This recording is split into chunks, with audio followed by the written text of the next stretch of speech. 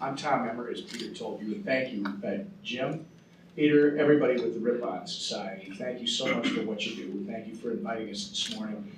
What I'll do very quickly is just tell you how I came to be involved with the Cuba issue, why I think it's so important, where we're at, and where I hope we're going, our ongoing conversations with the administration, and turn it over to Kathy and Darin, and then I guess we're going to do some question and answer.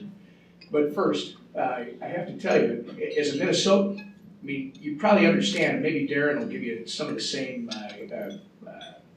spin as a guy from Illinois, which is, you know, our southern, warmer neighbor in Minnesota. But you'd wonder, why would a Minnesotan care about Cuba? What's really interesting is one of the first business groups to visit Cuba in the late 70s, when President Carter was loosening up the travel restrictions, happened to be a group from Minnesota.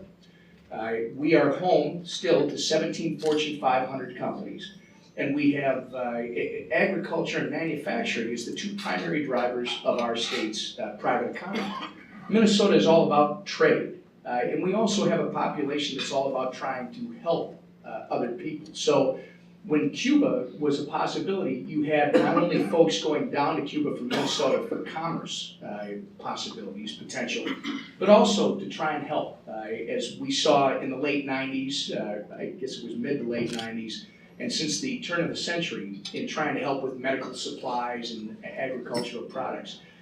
But for me, I came to Congress a couple years back as more of a Cold Warrior mentality, because like Peter talked about, you know, there's this island off the coast of Florida. There's this guy, Fidel Castro. He's supposed to be a bad guy. These are not supposed to be our friends, etc. I took a trip in June of 2015 to the island, and it just completely changed my view of the people on the island. They want a relationship with the United States of America, and I talk about how important it is from an economic standpoint, the opportunity to travel, the opportunity for the hospitality industry, for our agricultural industry. You can go down the manufacturers.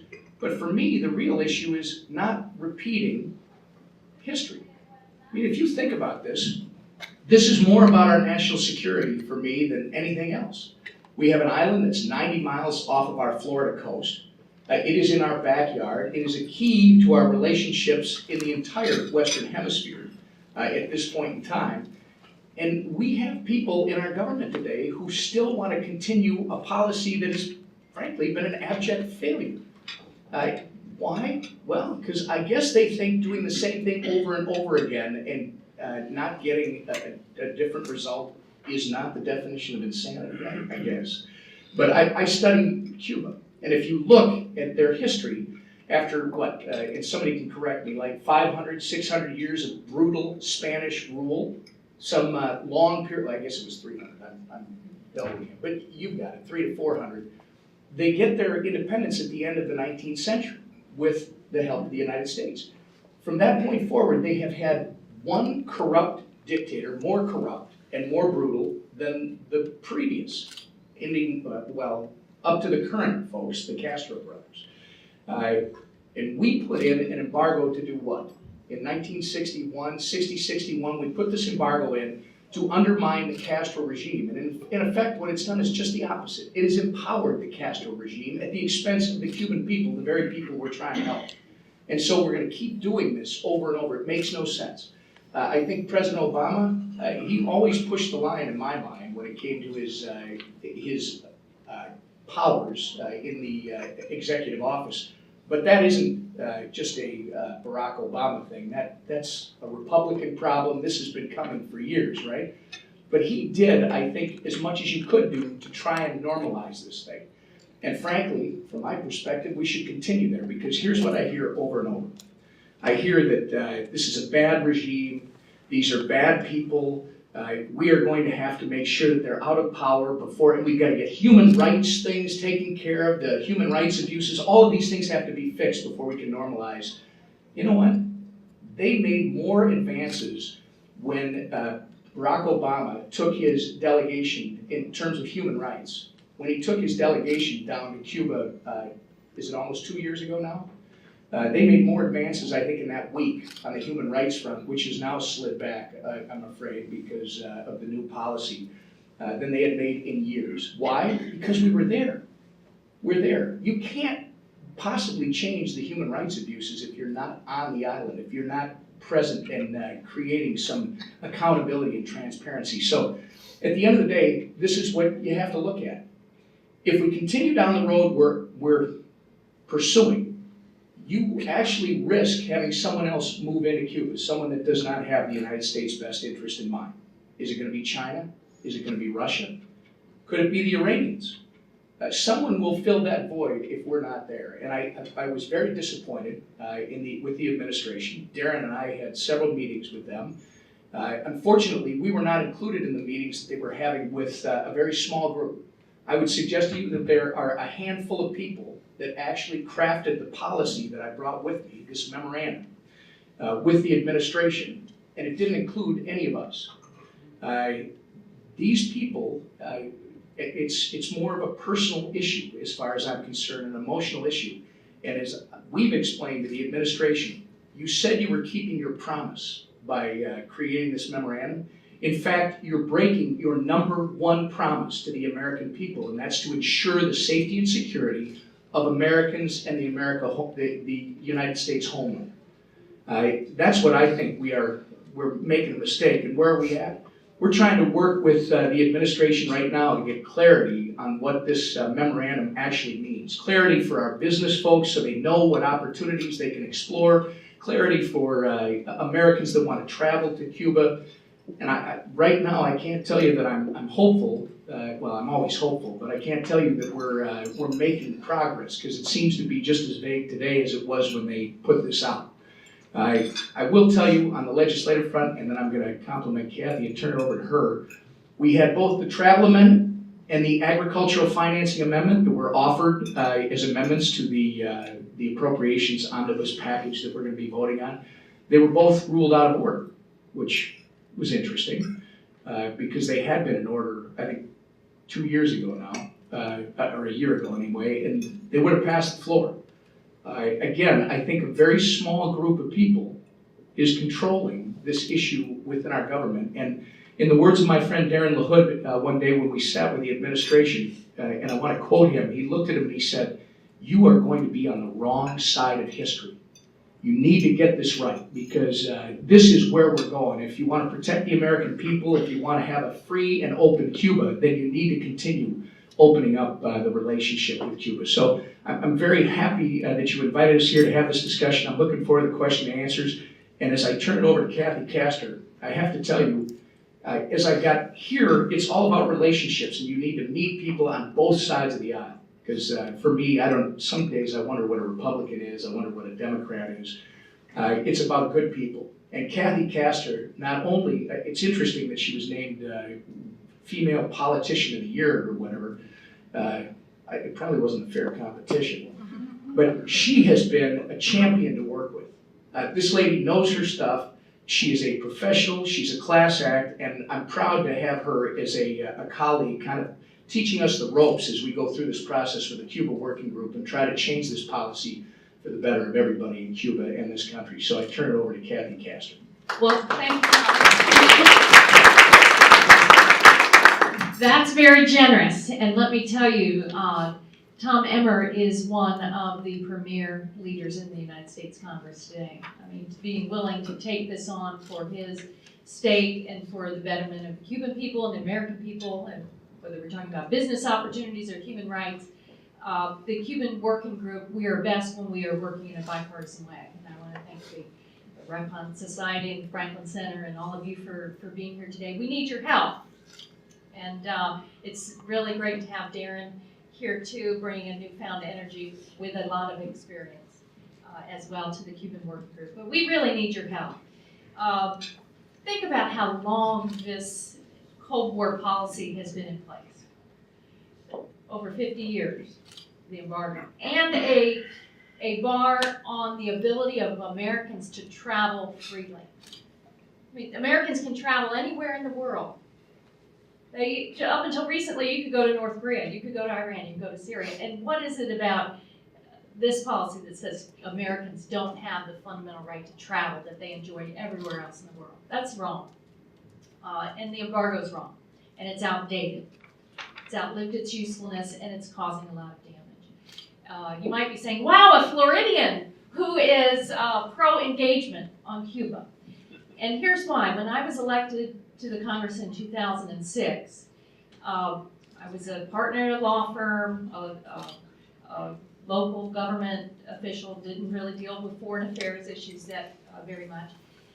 The number one constituent matter in my office in Tampa was just trying to work through the bureaucratic red tape to try to get families to travel an hour away to see each other. Whether it was the grandkids to see their dying grandmother for the last time, or I even had a case where we had a terrible case of a family, a brother with cancer, and the bone marrow match was a sister in Cuba, and just think about the agony that they're going through, and yet we're going to subject them to that kind of bureaucratic red tape and have to fight with the State Department and others just to try to get them on that hour flight.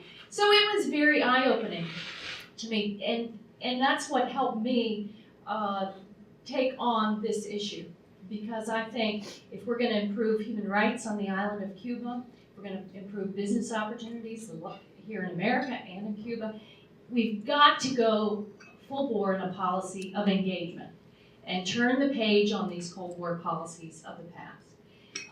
The issue has been in the Congress that it simply doesn't, when you talk about Cuba, for your average member of Congress, it's not high on their list, right? What they have to have some interest. Meanwhile, some members of Congress, a handful, and in the U.S. Senate, it is their top issue.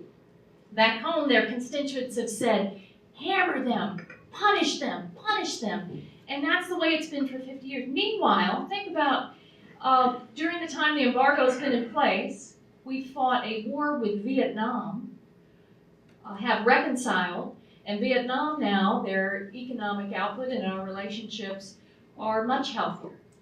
And yet Cuba, 90 miles off the coast of the United States, remains stuck.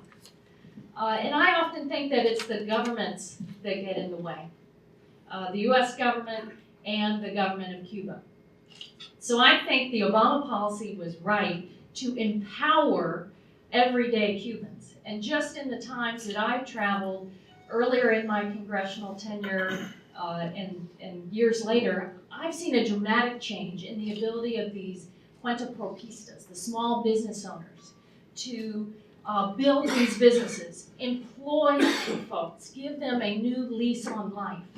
Because the wages there are very low, except in the sectors where the Cuban government has allowed openings, whether it's in restaurants or in the Airbnb space or some technology. These folks are creative and dynamic, and they need support. And by closing down the ability of Americans to travel or putting pressure on their families not to send remittances and help them, or to block the ability of American businesses to partner, is simply counterproductive in this day and age. We can do so much better, and we really need your help to help a member of Congress raise this on their to-do list. Talk to the administration and the Commerce Department and the State Department. How many of you have traveled to Cuba? See, not enough. You need to go to really understand a lot of the barriers and a lot of the opportunities. We're not going to let the Cuban government off the hook, however. I know we'll probably get a question about the latest issue of some strange sonar device that is causing harm to some of our diplomats. That's outrageous. I mean, it's the American diplomats and the Canadian diplomats.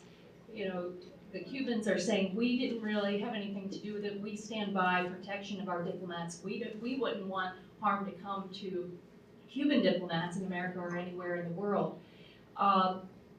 This is part of the ongoing soap opera and saga of Cuba that is going to continue to fester like this and cause harm unless we really do turn the page and lift that embargo and allow American ingenuity and American businesses to partner with the very dynamic Cuban people to help them progress. I think they're ready. They're in the Tampa community. I'm very proud of them there. They have pushed. We're a little different than Miami because many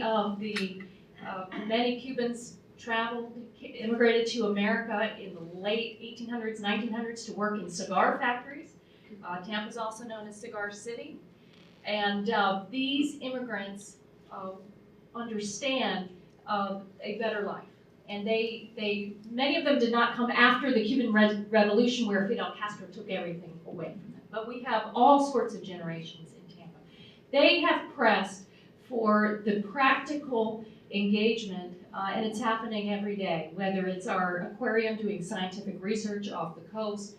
Today in the Tampa Bay Times, another story about the Moffitt Cancer Center in Tampa hosting 24 doctors from Cuba on cancer research.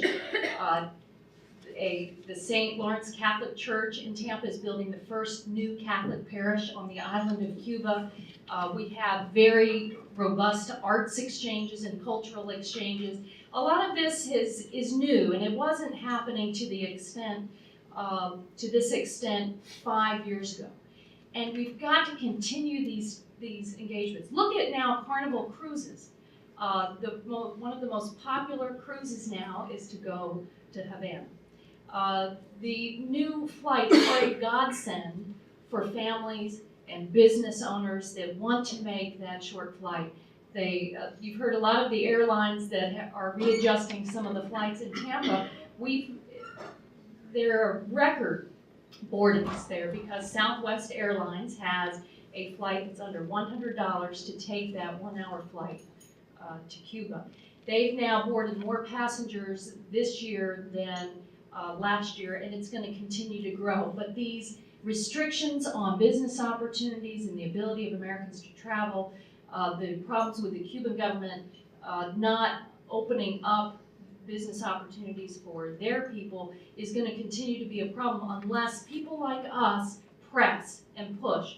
Businesses, churches, human rights advocates. We've got to help raise this on the priority list for members of Congress, and we would all appreciate your help. It's going to be the business community, the religious community that I think helps bring about real change.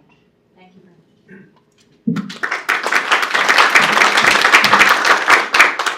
Well, thank you for having me here today, and Jim, thank you, and the Ripon Society. The only reason why I'm here is Jim promised I could sit in these chairs up here, so Jim, thank you. This is special to be up here. Thank you for everybody in the room and what you do, and for taking an interest in this issue. And I agree with everything that both Tom and Kathy said. Both of them, Tom and our Republican Party and Kathy and the Democratic Party, have been the real leaders on this issue, and have been the go-to people in both caucuses. And I would just tell you, our U.S. Cuba Working Group in the House, take a look at that group. You talk about diversity, from Freedom Caucus members to Barbara Lee to everybody in between, but all people that care deeply about this issue. And I think it says a lot about the support that we have and the commitment and dedication on this issue in the Congress. But I would just tell you this, but for a small group of people in South Florida and a couple of folks in New Jersey, we wouldn't even be having this conversation today, because it is a small but vocal group of elected officials and folks down in the Miami area and pockets of other areas that have really, I think, been the ones that have stopped progress from moving forward. And we can talk about the politics of that and the dynamics of that. But for a district like mine, I have probably the most Republican district in the state of Illinois. Trump won my district overwhelmingly, got the most votes in our district, Central and West Central Illinois. And so people ask, well, why do you have an issue in this? And really, for me, it's jobs and economic opportunities. Of the 435 congressional districts, ours is the 9th largest in terms of corn and soybean production. Caterpillar's headquartered in our district, John Deere, ADM. And I look at the economic opportunities, what trade has done for a district like mine. Now, Cuba is very small, a very small market, but to be able to load up grain on the Mississippi River or the Illinois River, go down through the Gulf and go anywhere in the world and go to Cuba from there, it's an opportunity for us. And you know, my conservative farmers and the folks that live in my district, they understand it. They get it. Why can't we do this? Why don't we have a market? Why don't you open this up? Well, and you try to explain to them, well, you know, the reason for that, and it's difficult to do that. And listen, we all believe in human rights. We believe in democracy. We don't like dictators. We don't like what Castro and his regime is engaged in. But, you know, again, economic opportunities, trade helps all boats rise. We've seen that around the world. Engagement, economic opportunities, economic freedom, that helps get countries out of that socialist mentality. And Kathy mentioned Vietnam. I don't think there's a better example of that, of where we were with Vietnam 20 or 30 years ago and where we are now. They're one of our biggest trading partners. You know, they buy so many goods from the United States, and that continues to benefit the U.S. and also benefit the people in Vietnam. And so this is unfortunately an issue that under the new administration has kind of come to a standstill. And Tom and I did engage in numerous conversations with the administration on their policy and how they formulated it. And in the end, I think they listened to those loudest voices. And part of that is politics of running on a number of these issues and looking at votes and not looking at good public policy. But, you know, there is a movement out there on this issue that's going to continue to move forward in the Congress here. It's going to continue to move forward on the economics and the business side of it. Again, the history, proves that engagement and economic opportunities are going to win out in the end. How soon that happens is another story. It's unfortunate that, as Tom referenced, we had two amendments to the appropriations bills that should have been made in order, and I think would pass. But for whatever reason, they don't want to deal with the controversy that's going to come about from that. And that's very, very unfortunate. And having the help from the Chamber of Commerce's and business communities are going to be vitally important moving forward. Again, getting the attention of the administration. And I would say, when you think about the rhetoric that's been out there, go back and watch, when Secretary Tillerson testified in the Senate, and look at the questions that came from some of the Florida folks on that. I mean, just, again, you think you're thinking about the Soviet Union back, 30 years ago, but, there are a lot more voices that I think represent what we represent up here than on the other side of it. But we're going to constantly have to continue to educate the new administration on the importance of trade and economic opportunities and the tourism that will flow. Think about how many of you have been to the Caribbean, whether it's Jamaica or the Virgin Islands or Mexico or Bahamas. That's what Cuba should be for tourists from the United States, and unfortunately, we're not there yet. And we got a ways to go with this administration, in my view. So, thank you for having me here today. One thing that we didn't mention is I am the co-chair of the soccer caucus with Kathy Castor. She's the other co-chair, so I need to mention that. So they won this year, by the way. So anyway, thank you for having me.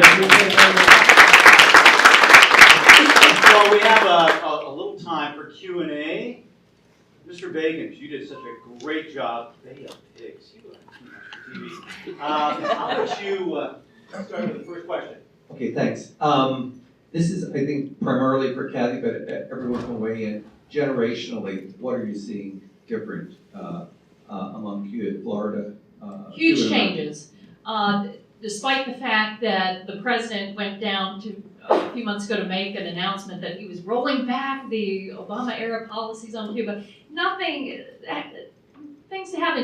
policy didn't change that much. It confuses everything. And you would have thought, oh my gosh, Miami-Dade County went big for President Trump, but that didn't happen. And the younger generation of Cubans, and even a good portion of the older generation who had to leave, were forced to leave after the Castor Revolution now, understand that the embargo has instead empowered the Castor regime and it has hurt everyday Cubans. And this will help change policy over time. You know, they're gonna, when Congresswoman Ross Lakeman retires, there'll be a very competitive election. This will be central to who is elected there, and it will impact policy here in the Congress. Congressman Mario Diaz-Balart is a good friend. He is on the Appropriations Committee, and he will keep this issue front and center for him. But his constituents are also changing. Then there'll be another competitive congressional race there. In Florida, we're going to have a United States Senate race this year and a gubernatorial race. And these issues will be I wouldn't say it's the top issue, but it's a middle tier issue. And I think what you'll see from the Cuban American community is they now want greater engagement and they want change. And these are their family members, and they want a better life for their family members on the island of Cuba. As an outsider, Peter, I would say that getting involved in the community, it's changed dramatically. I think, and we could sit down with the numbers, I think the Trump administration, and it's not the administration, but his campaign side, I think they have completely misread the numbers as to why they did what they did in Florida. For some reason, a few of these voices have tried to convince them, and perhaps even the chief executive of Florida as part of that group, have tried to convince him that this is one of the reasons that he was successful in Florida. And if you look at the numbers underneath, that is not what was driving it. In fact, there's an argument that his position, his change in position on Cuba actually impacted him in a negative fashion in a certain area of the state. I think they've misread that. Second, as an outsider going to Miami since I started this, working with this, it's very clear that what used to be a Cuban population, about 2 million Cuban American patriots in this country, about half of them live in the Miami, South Florida area. They, at one point in time, a decade ago, were all anti-Castro, pro-embargo. It's very clear to me that that has changed dramatically, where it's probably closer to 50-50 now in terms of anti-Castro and pro-embargo. It's still all anti-Castro, but they've recognized that this embargo has actually hurt the people that it was supposed to help. And the young people that are coming up don't have the same relationship. They view this as it's time to move on. And if you look at the polling that's been done, over 70% of Americans believe it's time to change our policy towards Cuba. I hate to be the second person named Peter with white hair, table number one, to ask the question. So anyway. Not in the 39ers group. 39ers group, maybe combined. Anyways, one of the issues that has always been raised in the context of the embargo and free trade and so forth, that it would bring about an expansion, however slow, of human rights activities in Cuba. And the criticism, of course, is that on human rights, Castro continues to be bad. The regime sometimes moves 2 steps forward, 1.5 steps back, and so forth. What indications have you seen that things might be getting better there than they were, say, 5 or 10 years ago? The expansion of small business, independent small business owners in Cuba, the expansion of an acceptance of the Catholic Church and other religions. There are fewer long-term detentions. What we hear is more of the short-term detentions to break up groups that are protesting. That's awful. What is the more important human right than to be able to be independent and own your own business and control your own destiny, buy your own property? And I have seen marked improvement there. And I don't want to go backwards, and the Cuban people don't want to go backwards. The ability for Cubans to have internet access. They've made great strides in allowing that to happen. Now, one of the most frustrating agencies is the one that controls on one of our communications on one of our trips, together with the Center for Democracy in the Americas. We enjoyed meetings at the port with trade officials, with foreign affairs leaders, who was Bruno? Yeah. They're Tillerson. Yes. But the most frustrating meeting that we had was with the agency that controls internet access and freedom, while they have made progress, boy, are they defensive, and they do fear Americans and American business coming in to control the market. And they fear the communication. I did want to add something to that, though. First, look at Vietnam, right? I mean, that was the discussion earlier. Look at the changes. You're not going to make the changes if you're not there. Second, I am worried that the policy has already got us going backward a little bit on the island. If you read some of the reports that have been coming out, a handful of paladars were closed up, and all of their chairs and tables and all their equipment was carted out, and allegedly one of the owners was arrested. And you've got this Diaz-Canal, who is supposedly the next in line to replace Raul Castro, who is going to step down this next February. He's already announced that. So you'll have a change in leadership for the first time in a long time. I mean, it was a change from Fidel to Raul, but this will be the first time it's not Castro. And there's something going around the internet where he was making a speech to a political gathering, and it was pretty strong in terms of returning to a more strident Fidel Castro-like rhetoric. So I think we are risking going backward already. Peter, I would just add on that, on the human rights, I mean, non-engagement doesn't help the process at all. And talking about going backwards, I mean, I look at Vietnam or Costa Rica or Panama and, engagement, or you look at Venezuela, right? That's going backwards when, that's an example, not necessarily apples to apples with Cuba, but that's what you see happen when you continue to, not have engagement and you don't try to work with them. The economics of this will help push it along. Figuring out how we navigate that. I mean, I think we're open-minded on how that happens and making, step by step by step, but just immediate no and no engagement is not going to lead to anything that I think will be helpful. Thank you all for coming. I was fortunate enough to travel to Cuba before the administration rescinded some of the Obama era policies. I wanted to know, I learned over there that a large amount of the Cuban economy is supported by Venezuela and their relationship with Venezuela. I want to know how what has been going on in Venezuela has, if at all, impacted Cuba.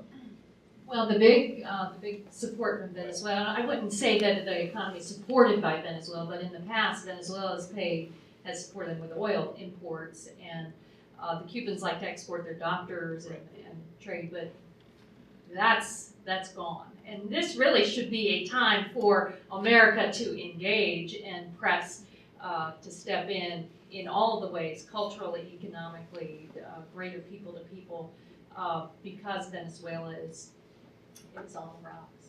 And I don't know that you can say that it supported their economy, because if you look at their economy, there's not much there. I mean, we met with the Department of Agriculture on my last visit, and it was amazing. They have tried to encourage Cubans to get back into the business of agriculture. They've offered them, and I can't give you the details, but it's a program that if you will live on the land, if you will work the land, if you will be there for 2 years and show this development, you will actually have the chance to get an ownership interest. They can't get people to do it. I mean, it's a harder life, apparently, than just living in Havana and taking whatever the government will give you. So it's, and these private entrepreneurs that we met, that's the future of Cuba. I mean, you talk, Peter, about what you saw in New York. The activity, when they have the opportunity to improve their own situation, they're amazing. And I think that's really what it is. I was reading the policy. I love this when you read the policy. It shall be the policy of the executive branch to A, end economic practices that disproportionately benefit the Cuban government or its military, intelligence, or security agencies or personnel at the expense of the Cuban people. That's the embargo. They've literally written into their policy that we need to get rid of the embargo. Now, obviously, they don't see it that way, but that's really the future. Venezuela is having an impact because they've got to get their oil from somewhere, but it's not. I don't think it's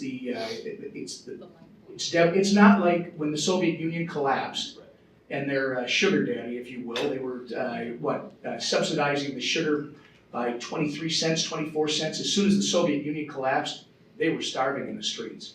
I don't think it's quite that way with the relationship with Venezuela. I was born in Cuba. My parents fled in 1961.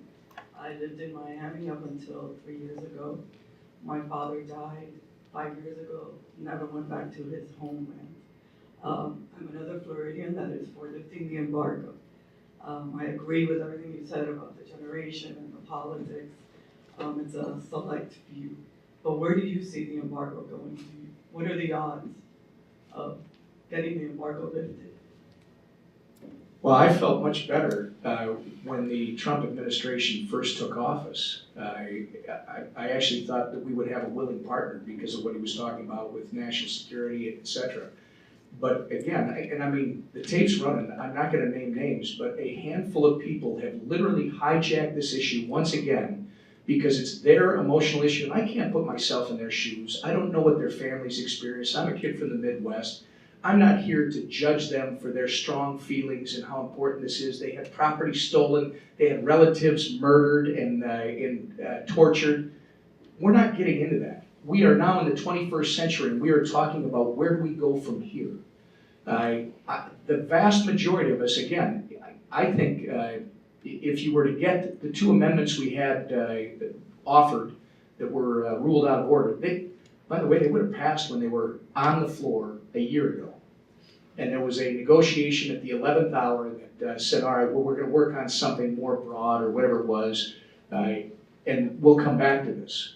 Well, it's clear that, again, a handful of people are standing in the way, and then Kathy's point, we gotta raise the importance of this issue to our membership. Because you've got, on our side of the aisle, because I think, Kathy, you could bring a lot of votes already from the Democrat side of the aisle. On our side of the aisle, I believe we have a majority of Republicans who would vote in favor of these things. But you have this small vocal group that, again, I think Darin used the words, they don't want to deal with the controversy. You got to deal with it at some point because this is much bigger than a personal issue for a handful of people. This is about the United States of America, and it's about the people that we want to help, the Cuban people. I think it was Pope John Paul who was the first one to say, an embargo typically harms the people you are trying to help the most. It's time that it ends. And tell me your name? Maria. Maria. Boy, your story is, I hear your story again and again and again. And do you have family in Miami right now? Yes. Well, I hope they're coming up here to visit you. Because I'm very worried. Yeah, we're very worried this morning about Miami and all of South Florida. And we need your help to tell your story to a lot of the members of Congress.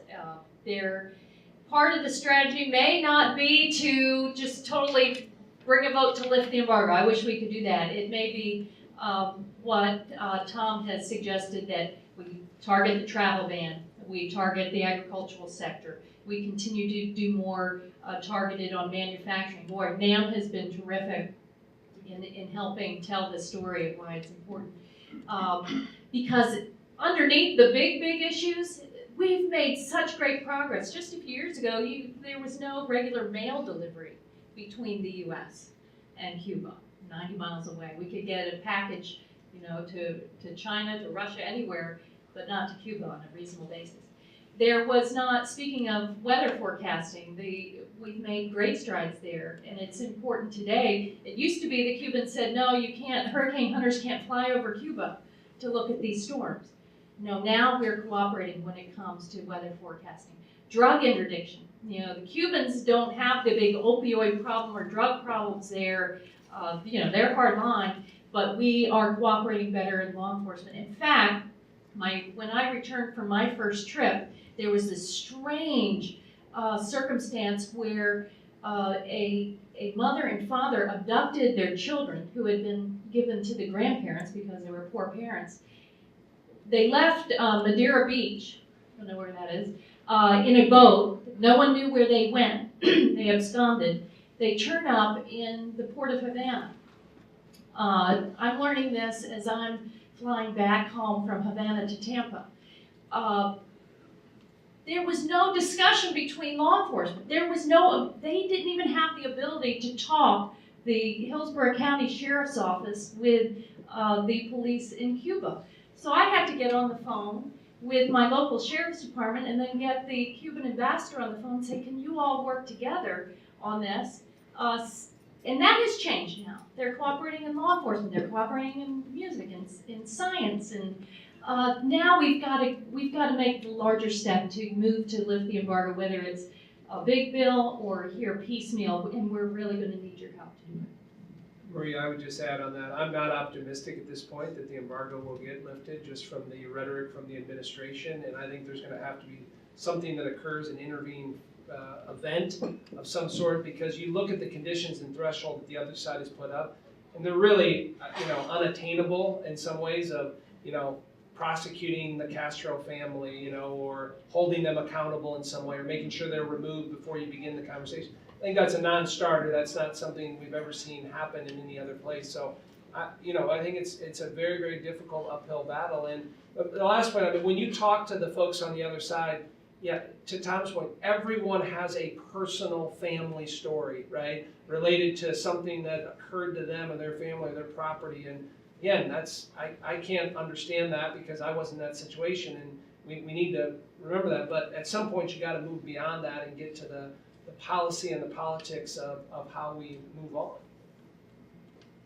Scott, you have to be the last question because it's 9:15. Well, I can't even follow that up, so I'm just gonna pass. Well, you all, this has been just great. You are spot on terms of this. And any of you that should have the opportunity to go down there, you will see firsthand why this needs to be done. China is there big time. That's what all these are. And where are we? Canada. I mean, our great friends to the north. But that's Say, Jim, before you close it, no, because it's something, you have to know, when we went down on the visit with the president, when you rode in the buses from the airport, building after building had Cuban flags and the United States of America flags hanging side by side from their little apartments and everything else. So they want us there. You do need to go, those of you that haven't, so you can experience this firsthand. And you fly through Tampa. Emmer gets a little bit tired of my favorite commerce. well, for your next trip back. Female politician of the year. We would love to give you the book on democracy by Condoleezza Rice. A lot of great stories on emerging democracies throughout the world. With our thanks, and thank you all so much. I know it was a late night last night, 1:30, I think they finally gaveled everything down, and 10:30 with your last votes. But thank you for being here this morning. Thank you all very much. And your great staffs, thank you.